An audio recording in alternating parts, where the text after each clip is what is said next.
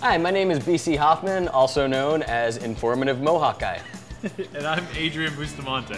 And this is Recipe Wars. Today, I am super excited because we are doing cheeseburgers!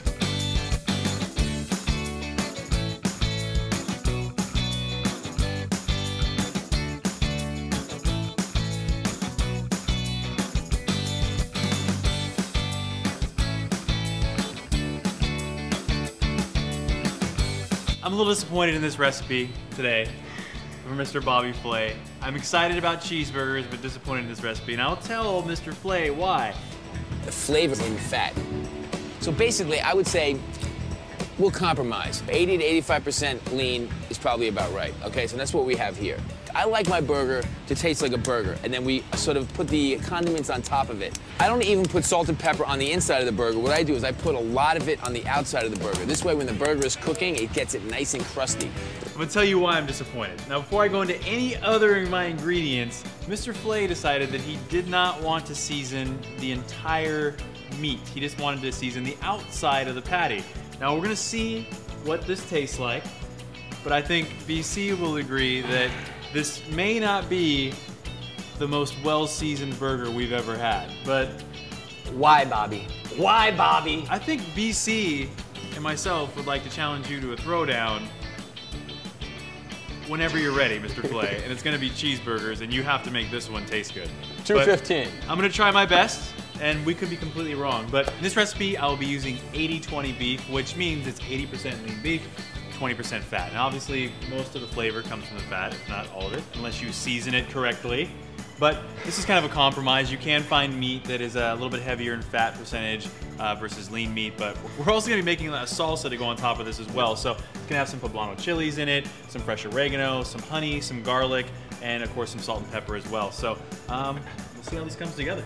I'm actually going with Hubert Keller's beer burger. So I felt like, let's put a burger together where basically some of the elements to make a beer are in it. We're cooking with beer and also that craftsmanship and history really. So that's how I built that burger. We're gonna be going with any lager style beer because any lager style beer will work. And a lot of people might know who Hubert Keller is. He actually founded the Burger Bar, which is all over the place. You can go to Mandalay Bay, you can go to Frisco. They're everywhere, they're popping up. Tasty Burgers used to be one of the most expensive burgers in the world, and now there's a couple others that are out there that have surpassed it. Wow. But it's really good. He's actually using the same percentage of fat in his burger. He's using 80-20s. You can use 85-15. It doesn't matter. Like you said, more fat, the better, because fat is your friend when you're grilling, especially with burgers, because that's your flavor. Heat is your enemy. So you want to be quick with it. You want to cool it as soon as you're done. And what I really like about this is he incorporates the beer into the actual shallot. So he's gonna basically make a shallot jam that you're gonna be putting on it, which is deglazed with the beer. It's gonna add so much flavor. He's going to his French roots and going with a little blue cheese or Roquefort cheese. And with the blue cheese comes bacon. That's right. And bacon is my gateway drug. So by all means, I love the fact that he does that. And then on top of it, he uses a nice ciabatta bun, and it's just gonna be delicious. And you at home, viewers, just one tip and technique and trick that I really love to incorporate. You can grind your own beef at home. So, I'm gonna first start off right away with doing my shallot jam. So, shallot, it is in the onion family. It's smaller, comes in a bunch of different colors. You've got purple, you've got white, gray, and it's just a nice addition. I love the flavor of shallots. So we have it. We're gonna throw these right in our pan with a little olive oil. Let's get that pan heated up, get the olive oil warm. Now I'm gonna be actually starting up to grill some of these poblano chilies and white onions that I've diced up before I put it into my food processor for this salsa style topping. I've already cut up one, but I want to take a minute to show you something really quick. On the poblano chili, what I'm gonna do is just cut the top off. That's gone, and then you'll see the inside of it right here where all the seeds are held onto. All I'm gonna do is just take it, give it a little twist, pull it out, dump it out, and then what I'll do is I'll also cut this in half to make sure I can shake off any excess seeds that I have on the inside. So I've got my pan nice and hot. I'm gonna throw in my olive oil, and then in about 10 seconds, I'll be ready to throw in my shallots. And I'm just gonna get those nicely sauteed, add some salt, some pepper, a little sugar, and my beer. And I'm just gonna basically let that sit for 30 minutes on the heat. It's gonna be nice, it's gonna be delicious. I'm gonna completely deglaze it and then reduce it, and it's just gonna be caramelized deliciousness. Caramelized deliciousness. Once I throw the deglaze in there, beer, then I'm just gonna pretty much let it sit. Stir it on occasion so nothing really sticks to the bottom and you don't burn the bottom of the pan, but that's about it. Yeah. I am actually going to start with my patties.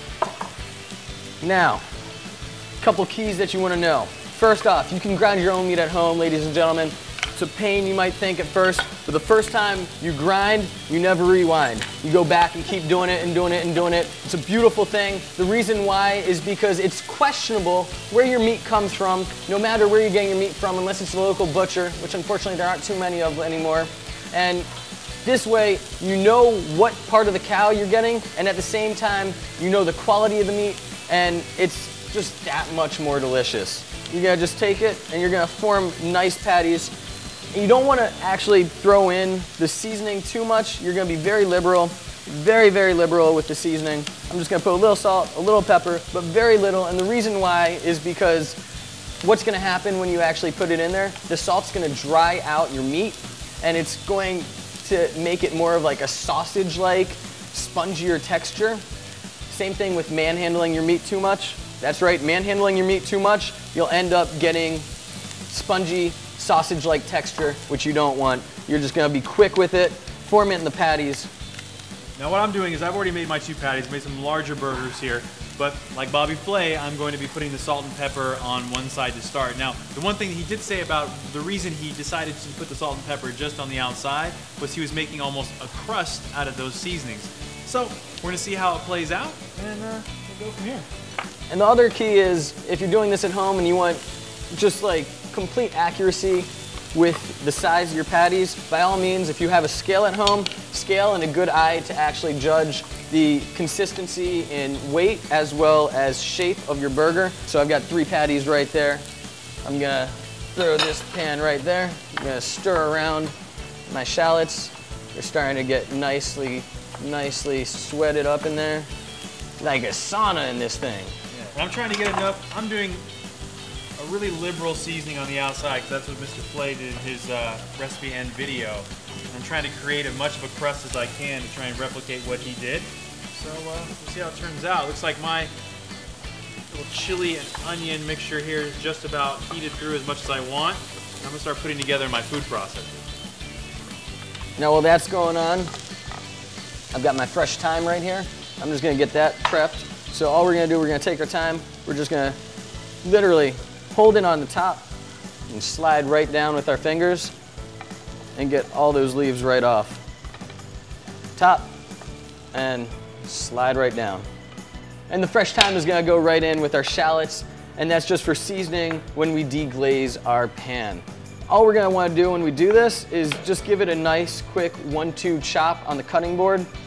And you don't want to season the board, so that's why you're just going to give it 1 quick chop on the board as opposed to actually doing multiple cuts on the board. Well, I've got my chilies, my onions, and my food processor, so now I'm going to start adding the rest of the ingredients to it. We're going to take some diced garlic, some honey for a little bit of sweetness. Get that all in there. And then some fresh oregano as well. You can use dried oregano if you want. That fresh oregano is going to give it that extra kick and flavor that we're looking for. Some salt and pepper. I'll start with this, and then obviously as it processes through, you can kind of taste it and see if you need a little more of either. And a little bit of water, giving it a little thinner consistency. Pop the top on, process it through. So while that's going on, I'm gonna throw in my sugar, in with my shallots, throw in my balsamic, give that a quick go round, let that sugar nicely caramelize real quick before we throw in our beer. And you're gonna use about 1 cup to 2 cups of the beer. I'm gonna use about half of this bottle essentially. Ooh, what's the other half gonna do? I don't know, but it won't be in the bottle much longer. So I've got the shallots going, they're deglazing right there, I'm reducing it, and I've got my burgers, they're basically formed in the patty. Now again, what I said, you don't want to futz around with the meat too much. Too much handling of the meat is going to make it tougher. You don't want to add too many things to it, otherwise you end up having a meatloaf patty, which is great if you're doing like more of a juicy-loosey, which is basically cheese inside of your burger. But if you just want a traditional burger, don't mess with it too much. Yeah. Just gonna season the outside slightly. I've got a little salt and pepper right here, right here, right here. I'm just gonna throw it on the sides and all around. Throw it on the sides and all around. And then I'm just gonna throw these bad boys in the fridge. The reason why is because, again, heat is a mortal enemy to this burger. It might look like it's dead meat, but it's still alive. Anything that you do will dynamically change and affect your meat. So, more pliable is not a good thing. I'm gonna let my cast iron pan heat up and I'm gonna throw my 2 burgers on there. I'm also gonna keep working on my salsa.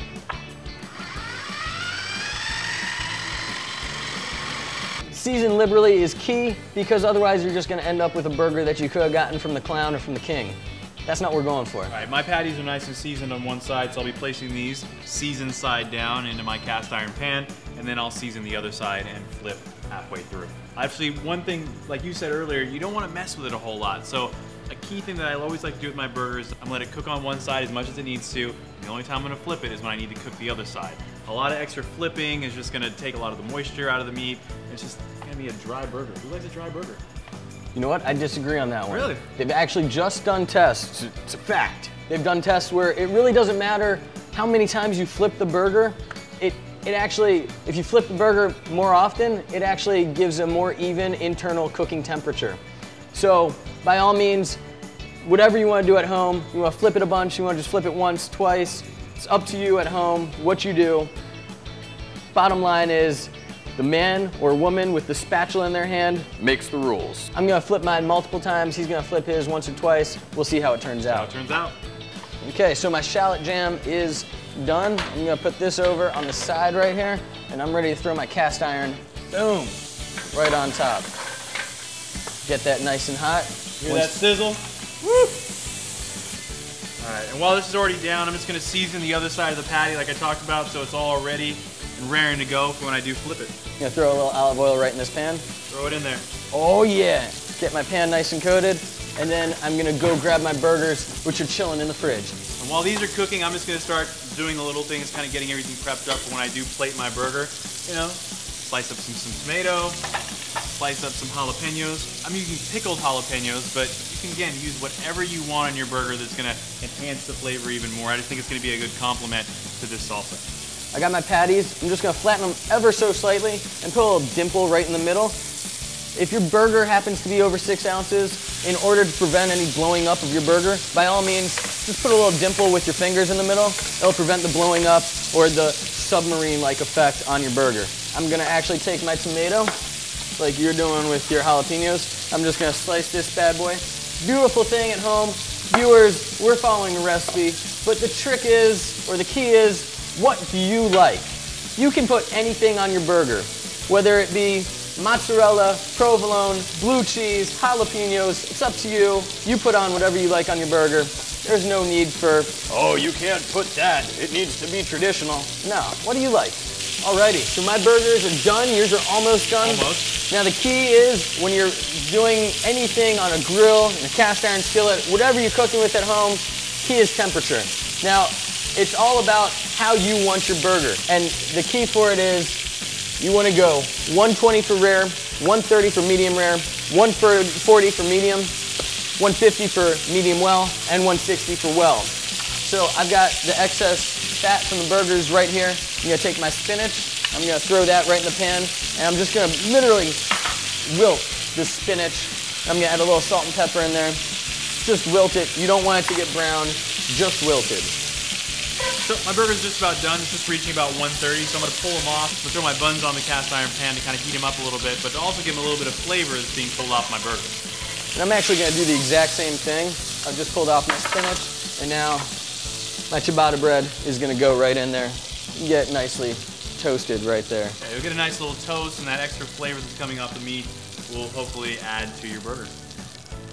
Now I'm just using a sesame seed bun, and you're using ciabatta, right? Yes, indeedy. So he actually takes beer, makes it in the bread, and he also takes a Wagyu flat iron steak, and he actually braises it in the pan with beer for hours until it's nice and super, super tender, and then throws that on top of the burger.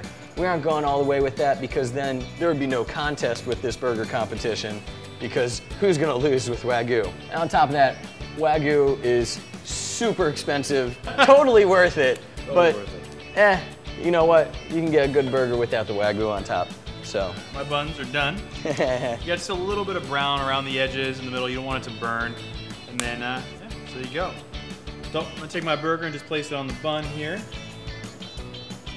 And since we're making cheeseburgers, I'm gonna taste this big cheese and place it over there. Now the burger should be hot enough to where it'll actually melt the cheese a little bit. You can also place the cheese on the burger while it's on the grill or on your cast iron pan. Whatever's gonna be easier for you at home, whatever you want in regards to meltiness. Now, I'm gonna start adding other condiments, like my tomato, my pickled jalapeno, and then of course, the salsa that I made. That is a big burger. A little bit of butter lettuce. Just gonna cut this piece off here. If you're a big lettuce fan, you can have more lettuce. Never really been a big lettuce fan on my burger. There you go. Of course, the top. There you have it. A nice, big burger from Mr. Bobby Flay. So I'm gonna start off right off with my burger, going right down. Oh, Ooh, look at that burger. On the Look at ciabatta.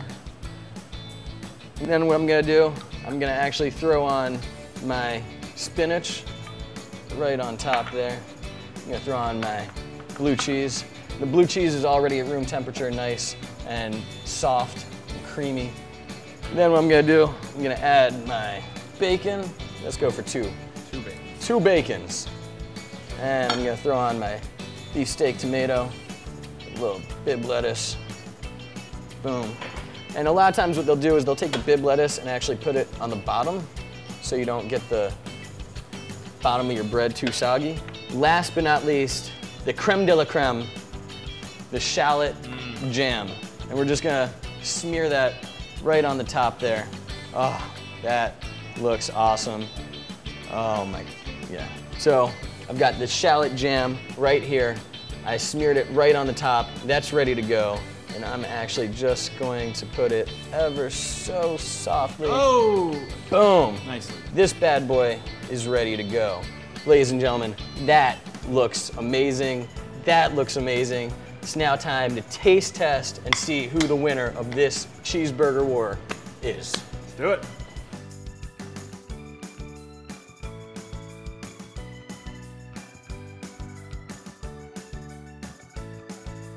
So we've just finished cleaning up, and now it is the true test for this cheeseburger war. Whose tastes better? Let's try Bobby's burger first, huh? Let's do it. Well, Mr. Flay. Well, I was genuinely surprised. Me as well. Bobby Flay actually created a nice crust on the outside by seasoning it on the outside. It's juicy, just slightly charred. This is pretty darn delicious. Yeah, I'm gonna say the same thing. I'm really happy with the crust that was created by the salt and the pepper on the outside of the meat. The combination of the salsa with that seasoning just, I mean, it's really basic, but it's really good. Good burger, let's... It's a good burger, let's go in.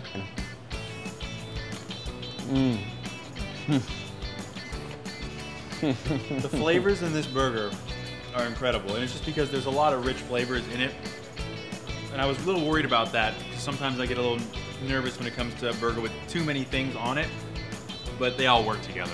I mean, you have the bacon, the blue cheese, with obviously the well-seasoned meat. The flavors in that are really, really good. That is incredible. I don't have anything else to say. I mean, you've got all that flavor, like you said, and it's just juicy, delicious. And the ciabatta actually does work. Ladies and gentlemen, you can never go wrong with blue cheese. You can never go wrong with bacon, and you can never go wrong with a nice, juicy burger. Yeah. That being said, I guess Yeah. Hubert Keller. Hubert Keller is the winner, but Mr. Flay, I do apologize for ripping into you earlier in this show. So, again, apologize. If you still want to throw down, we can do it, but very good burger as well. My name is BC Hoffman. And I'm Adrian Bustamante, aka Vampire Eyes. You've just seen Recipe Wars. Please subscribe to our channel, like us on Facebook, follow us on Twitter, and you keep on watching, and we'll keep on cooking.